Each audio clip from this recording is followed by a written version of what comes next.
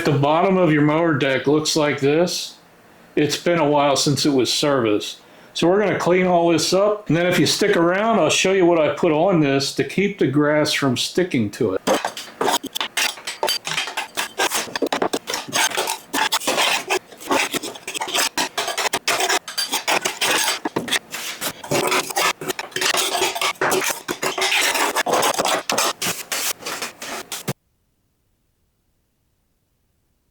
Next, we're going to use this Super Slick 2000 I have left over from my boat. It puts a really super slick surface on it. It's epoxy resin. Not getting paid for this, but we're going to mix that up. We're going to put it on the underside of the mower deck, and hopefully keeps the grass from sticking so much.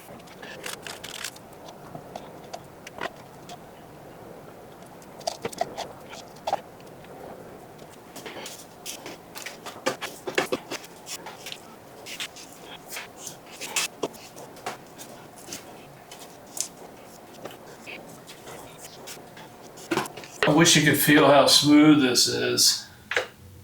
I mean, the water beats right off of it.